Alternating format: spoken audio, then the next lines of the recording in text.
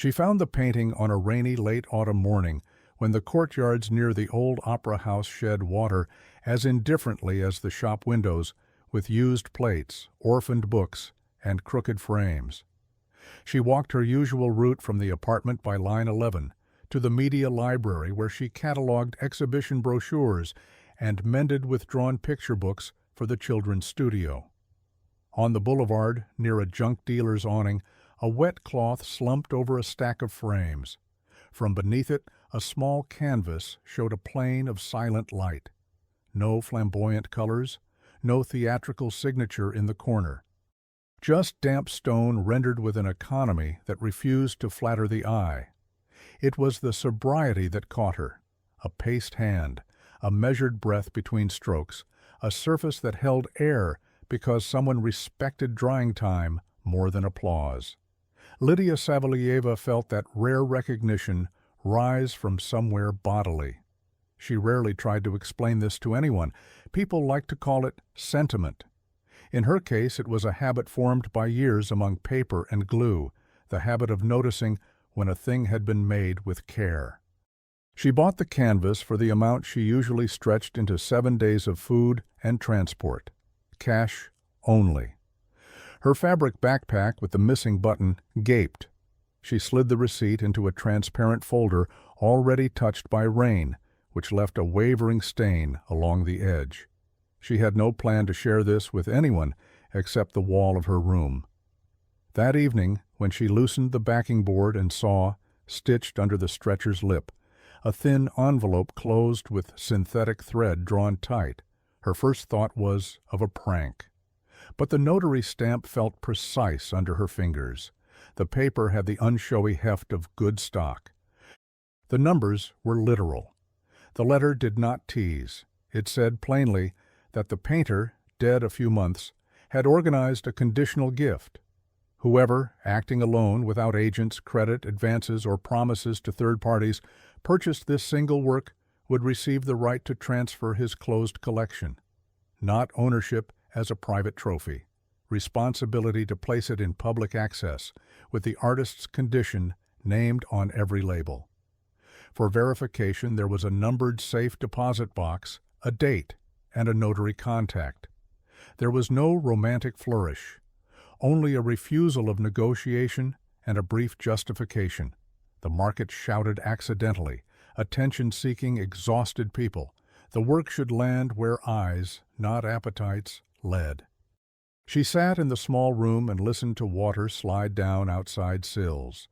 The air held wet wool, paper dust, and a faint resin note from an old shelf. Her first impulse, postpone until tomorrow, rose as a reflex. Delay had long been her way of not making mistakes. Observe, confirm, wait for heat to leave a situation. The paper on the table asked for the opposite. This gift did not revolve around her, but around the action she had already taken that morning, to buy an unmarked thing and accept it without shouting. That simple act had opened a chain. She checked the box number, printed the letter, scanned the receipt. She mapped the route by time: train, exit, rain, shop, purchase. She added photographs of the stretcher, just in case anyone later questioned the thread and the knot. Her hand shook once when she caught her reflection, wet hair, cheap coat, and thought how easily an accident would be taken from a modest woman by people fluent in paperwork and flattery. She put a small pot on the stove, brewed coffee in the dented Sesvi, and decided that if she moved ahead, it would be without noise. The notary confirmed authenticity the following day, and with the unembellished certainty of a clerk who liked legible pages, explained the painter's odd bequest. He had refused to leave the collection to heirs, and bound it instead to the fact of one purchase of his favorite painting. He had chosen action over name recognition. The rumors that had painted him as eccentric felt lazy now. A stubborn, orderly man stood behind them, wary of posthumous arguments about which works mattered most. He sabotaged those future quarrels by hiding his condition in the work he loved most, and passing responsibility to whoever saw light rather than signature. The owner of a large auction house learned of the clause within an hour of the notary's message to a museum. Too many people had been scouting for news about a rumored retrospective. Lydia felt the pressure of other people's interest the way one feels a weather front. Not yet a storm, but the shape of one. Her inbox filled with offers to facilitate the acceptance of the gift and to structure the negotiation of responsibilities. Smooth phrases wrapped commerce. She was offered a percentage if she would let professionals guide the narrative and guarantees of safety in exchange for a silence agreement. She was warned of ambiguities in the letter and invited to entertain more flexible interpretations. She disabled notifications. She kept two contacts alive, the notary and the museum. She opened a notebook and wrote down that she had been addressed with more flattering adjectives in 1 hour than in the previous 3 years combined. She copied, on the first page, a specific sentence to read, "When doubt would return. A gift is responsibility, not a trophy. The will of the dead weighs more than market convenience." It looked almost trite on paper. It behaved like a bolt in a structure. It held. The curator, Françoise Leroux, a woman with a gaze as clear as polished glass and the habit of saying the uncomfortable truth to budgets, examined the letter and confirmed that the hand was the painter's, the stamp in order, the cadence of the sentences consistent with his work emails from years when they had discussed conservation. She laid out the landscape with institutional honesty. Patrons would not like to be displaced by a condition they had not helped right. Sponsors would prefer a spectacle they could brand. The museum would have to choose clarity over convenience if it stood with the will. If Lydia accepted the gift's terms, she would have to walk through publicity without drama. If she refused, the condition would travel to the next independent buyer and the story would belong to someone else. Relief arrived in Lydia together with weight. Could this be real? She had already answered herself. The answer lay with the receipt, its edge gone soft with rain. The press sprinted. Headlines wrote themselves, "A random buyer will receive millions," "The last gesture of a difficult master," "An ethical trap for a museum." Lydia became a topic rather than a person. Some readers treated her as cunning, others called her lucky, others again accused her of posturing. She chose not to respond. She cleaned the kitchen, did her shifts in the media library, prepared the weekend art corner under the glass roof, ordered cheap frames and rice paper. In the pocket of her coat she kept a small sheet with a quiet plan. Assemble every proof of an independent purchase. Decline all conversations about money. Pick a place for the decisive act that was neither auction nor gala, nor any room designed to multiply noise. The setting would carry meaning. Money loved chandeliers and stage lights. A dead person's will needed a venue that refused applause. What space would let the act be seen without turning it into performance? The answers came in drafts. The bank offered a private meeting room. It looked like an annex of the auction world. Leather chairs, stemware, the theatrical discretion of expensive storage. The museum suggested the conservation lab, with ultraviolet lights and cross-sections on screens, so that the public could see hidden layers and technical signatures. Lydia admired the lab, but she felt the effect would be scientific rather than fiduciary. She wanted a space that read as restrained luxury and function, not celebration, a decision. She had visited, twice, a depository 1 level beneath a banking hall, a room built like a small museum under a museum, with a corridor of polished brass sheet and panes of matte glass. Rows of safe deposit boxes formed an open staff of metal along the wall. The lighting did not glitter, it focused. In that place, raised voices sounded unprofessional and ornaments looked absurd. People signed transfers there. People opened boxes. She chose the depository vault as the stage for the culmination, not a party, a retrieval. Not a blush of velvet, a table, paper, keys, and the unsentimental logic of custody. She told the notary and the museum and insisted the circle remain small. The notary, a bank officer, one museum representative, one representative of the heirs, one independent provenance expert. She asked for a single-camera live stream, no cuts, with public access to the recording afterward. She wrote in plain words that she would reject any prearranged partnership for exploitation until the artist's demand for public access, labeled as such, had been met. No manifestos. 2 pages of points written to close the obvious loopholes. The days before the opening of the box laid themselves out like a well-kept ledger. She rehearsed sequence, not phrases. Open the box, verify numbers, describe condition, ensure the contents matched what the artist had listed, confirm the composition of the collection, sign the deed of transfer into public trust. Fix the labeling condition in the notarial protocol and in metadata. Publish the recording. No flourishes, no loss of sense between technical steps. On the morning itself, she woke before the alarm. Water hissed sooner than usual in the Sesvi. Hands moved as if they had trained for this. She slid the transparent folder into the backpack. The receipt, the printed route with timestamps, photographs of the stretcher and thread, copies of letters to the notary and the museum, and the artist's working note explaining why he preferred this method of transfer. She tucked in the small piece of thread that had closed the envelope, an unnecessary but honest reminder that all of it had been done by hand. The vault greeted her with dry air and a cool gleam. Brass panels were immaculate without begging for praise. Light lay on them like clean linen. The floor was a quiet grid of stone, footsteps dissolved rather than echoed. She registered the absence of seductions, no paintings, no flowers, no stage, only the tools of continuity, metal cassettes, glass, a table, seals. The notary placed the protocol on the table.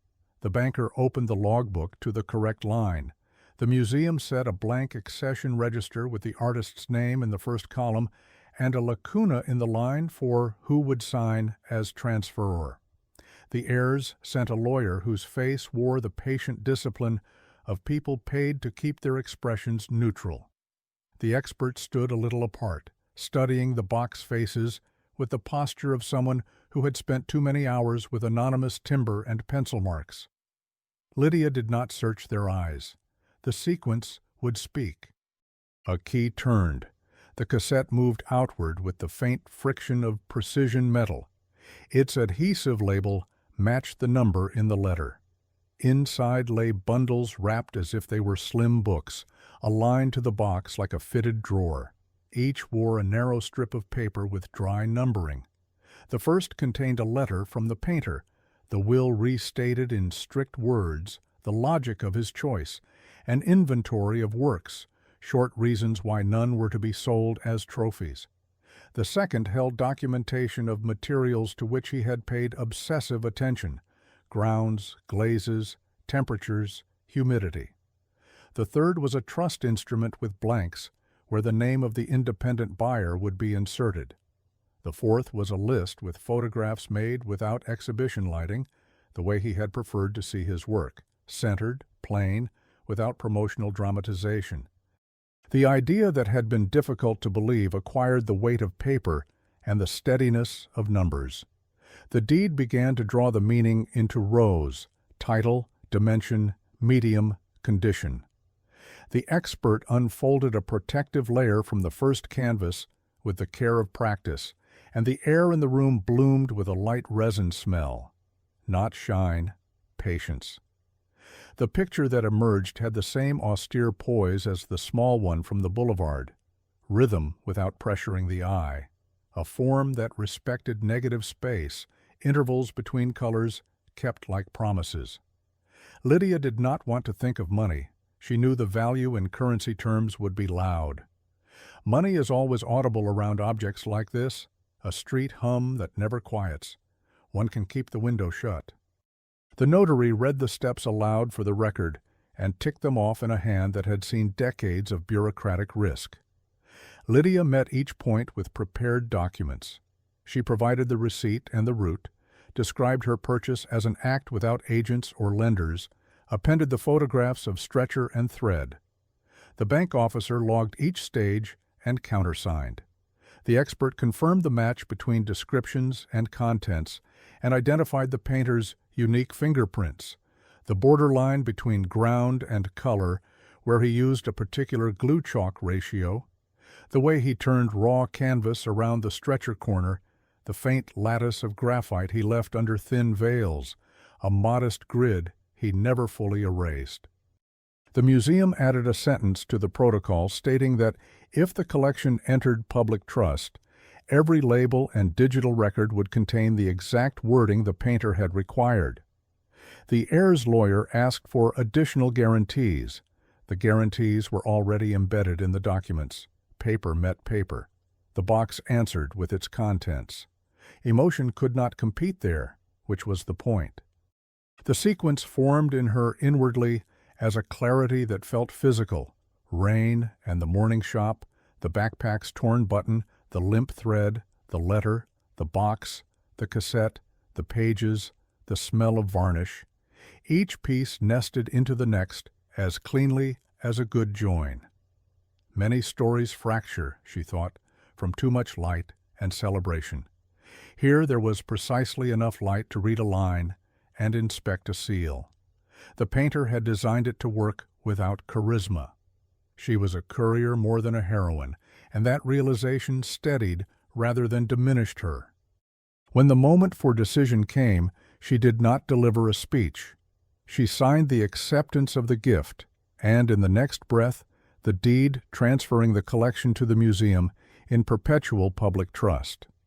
She requested the inclusion in the notarized protocol of the simple sentence from the artist's letter, that each display and each mention would declare the collection had been transferred under the artist's will upon the independent purchase of this work. Her name entered the empty line. She watched ink turn into the hinge that connected a dead person's intent to a quiet room. That hinge, she understood, was what he had been testing. Not taste, not cleverness, not desire for recognition, but the capacity to carry responsibility without turning it into spectacle. The bank handled the boxes with an uncharacteristic gentleness that did not travel up to sentiment. The museum wrote a primary plan for conservation and display, clarity over effect, access over sensation. The heir's predetermined stipend for the painter's family obligations, care for his parents' graves and scholarships for the school he had attended, was activated. He had written that piece himself, anticipating bitterness. The auction house remained behind the threshold because the room did not belong to its world. If that exclusion stung, it was not vindictive, it was structural. The live stream observed without commentary. That night it would be on a public page. In a time when misquotation multiplies faster than corrections, a single, unglamorous recording is rare defense. Lydia liked things like that not because she distrusted people, but because she trusted procedures more than moods. In the back of the media library there were gray binders corrected in pencil in the early 2000s, catalogs of local artists. And she loved how those binders, with no audience, held quiet against years of noise. She wanted this story archived the same way, dull to most, essential to a few, stable for the long term. After signatures and inventories, the air felt warmer. Perhaps the lamps had worked harder, perhaps people had exhaled. She slipped the new copies, blue stamps, the bank seal, the line with her name, into her folder. Her hand did not tremble now. She did not feel triumph. She felt her own ordinary rhythm return: do, verify, secure, file. The staircase back to the street raised her through polished rail to the world where traffic resumed its show. The press would talk of millions, of a peculiar will, of a woman who gave wealth to a museum. Some would call it performance, others generosity, others foolishness. She cared less for those classifications than for the fact that she now carried not money, but a sequence of steps joined into an action that made a will real. She reached home late. The room smelled of wet coat and heated metal from the kettle. On the table she set a cheap jug with field flowers she often bought at the end of the day, when the price dropped. She placed the copy of her receipt beside the cut-out rectangle of the clause describing the gift, trimmed square, and set a plain frame nearby. She stretched a piece of primed canvas over it for the children's studio. Meeting a stranger's clarity had reminded her of her own duty, to let children see not only finished pictures, but the work that grows them. She was not a teacher by contract. She was a librarian. That did not remove the obligation. The city loved pretexts for emotion, then forgot hinges. Could a short act change a life? Yes, if that act pulled a person out of her habit of postponement. The answer rose without drama. It was enough. The following morning she took the same route with the same backpack, now heavier with embossed paper. The train, the interchange, Whetstones, the junk shop. She paused by the window where the canvas had stood. An empty frame faced the street. The vacancy looked more honest than any substitute. No nostalgia pricked her. The work had gone where other eyes would meet it on calm walls. That was the right place for the items in the cassette, not in living rooms trapped as status decor, but in light that asked nothing but time. The first fortnight felt like careful chemistry. Everything hovered. The museum began triage and conservation. Institutional correspondence moved at the tempo of carriages. Sponsors asked their questions. They received answers that were not persuasive lines, but pages from the protocol. Online, the loudest voices tired. The vault recording bored most viewers and became a primary source for the few who needed it. Lydia allowed herself one purchase she usually avoided, more frames than the minimum for the Saturday studio. With children, honest acts were easier to discuss through objects than through big biographies. Children noticed thread, glue, and the grit of board, the base. Had that not been the lesson of the vault day, the hinge, the thread, the seal? Sometimes, with the window cracked for air, a thought asked admission. Could it all have gone otherwise? Of course. If she had taken quiet money and let herself be placed in an auction script, the script would have called itself practical. If she had tired and stepped back, there would have been a name on a wall and a benefactor panel in a hall. The clause would have shrunk to a story about an odd painter and a naive librarian. If she had handed the decision to people for whom any condition is a starting point for a deal, the deal would have come. She was not a saint or a martyr. She had simply noticed in time that what sat in her hands was not fortune, but duty.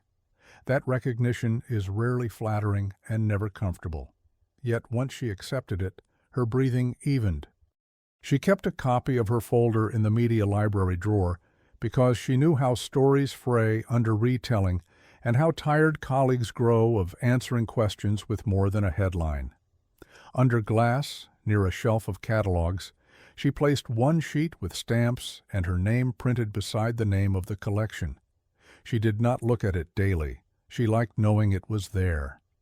Occasionally a co-worker asked how it had happened. She answered with structure: morning, purchase, envelope, notary, museum, bank, vault, protocol, transfer. That sequence filled the outline. Everything else was commentary. A journalist once left a glossy magazine at the sign-out desk with a spread declaring that an accidental error had become the face of the ethical turn of the year. She smiled without anger and dropped the magazine in the paper recycling bin. Her life did not depend on that turn of phrase. When winter tightened and light sharpened, she saw the first gallery label at the museum with the clause set as a quiet line. The collection is presented under the artist's will upon the independent purchase of title. The sentence was not grand. It was complete. Visitors read. Some did not notice. Some lingered. That too was correct. She stood aside, remembering the wavering edge of her receipt, and realized each person arriving carried the same freedom she had used, to look for names or look at things. The idea was not new. It felt different, supported by the furniture of the world, boxes, seals, catalog numbers, brackets. The humble furniture, stool, table, folder, supports narrative better than gleaming sets. She kept her shifts with the children. She taught nothing abstract. She showed practice, how to seal a cheap board with an even ground, how not to misuse varnish, how to hold a brush in a way that does not let the brush hold you. Children asked what mattered more, the signature or the picture. She set an exercise: sign the sheet only when the work is finished, and understand that the signature is not a shout, but a record of responsibility. That exercise answered more than explanations ever could. The habit of working until things fit carried more weight than any story about the famous or the rich. Weeks became months. The museum built a schedule that avoided the obvious spectacle. They showed the collection in rotations, letting surfaces breathe. For each work, they documented condition and storage, added the clause, and preferred wall texts that explained labor rather than personality. The heirs discovered that their dignity grew rather than shrank when the will was honored. Opposition cooled. The auction house pivoted to other narratives. The recording of the Vault Day sat on a server, accumulating a small, steady audience of conservators, registrars, and law students. A few opinion pieces tried to domesticate the event as a teachable moment for the market. She let those pieces pass. The vault was never a market. It was a room where a dead person's will and a living person's spine aligned. In quiet hours, Lydia read the painter's short texts in the cassette again. He had written in the narrow voice of someone who disliked adjectives. He had listed years when he could have entered fashion and had chosen small rooms instead. He had named the teachers who taught him to rub chalk into glue until it obeyed the brush. And he had thanked a janitor who used to open the windows of an academy studio at dawn because fresh, cold air steadied him better than coffee. He had described his disgust at being asked for bigger signatures and brighter colors. He had confessed to the fear that a memorial fund would make him a name for donors rather than for eyes. So he built a bypass and trusted an unknown person to carry it once. He was not generous in temperament. He was exacting. Exactly because of that, his gift felt clean. Spring returned by increments. On the shelf above her sink, Lydia began to keep 2 jugs, the cheap one for flowers and a second found at a charity shop for brushes left to dry. She replaced the missing button on her backpack and laughed at the way small repairs can feel like presents in one's own life. In those months, the museum asked if the children's studio would like to visit the storage where the racks rolled open on rails. She agreed on the condition that the visit include 5 minutes in the accession room with nothing to look at, but accession numbers. That room left the strongest impression. Children noticed that for each picture to exist publicly, a page had to be filled out sensibly. Could any story about art be clearer than that? On a Sunday afternoon, she took a walk to the Bank District, a part of the city she rarely crossed on foot. She looked at the facade under which the depository lay and felt no romance, only respect for a building that knew its purpose. The world needed such places, built for the boring parts of truth. Who envies vaults? Who writes poems about registers? Almost no one. Yet how much that matters leans on them. She let herself ask a private question and allowed herself one private answer. Was the day in the vault the most important day of her life? Probably not. Important days are not always visible. But it was the day she recognized that she could choose the right scale for her actions. The scale had not been large, it had been correct. That accuracy followed her home that evening. The stool by the window still held the scarred pencils the children preferred. The kettle hissed. Steam carried the ordinary scent of metal and water. A blank canvas sat in the simple frame, the kind municipal studios can afford without donor plaques.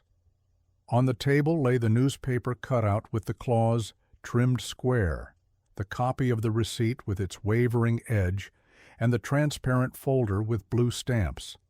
The little still life, paper, water, metal, wood, was her version of luxury. It did not glitter. It did not promise miracles. It held meaning. That did not erase her past. It gave her something to lean on, wealth turned into the obligation to share rather than the excuse to hide. If someone asked one day why she accepted and then gave away, she would not narrate feelings. She would list the steps. The world needs fewer rousing speeches and more transparent sequences. She had delivered exactly that, and it was enough.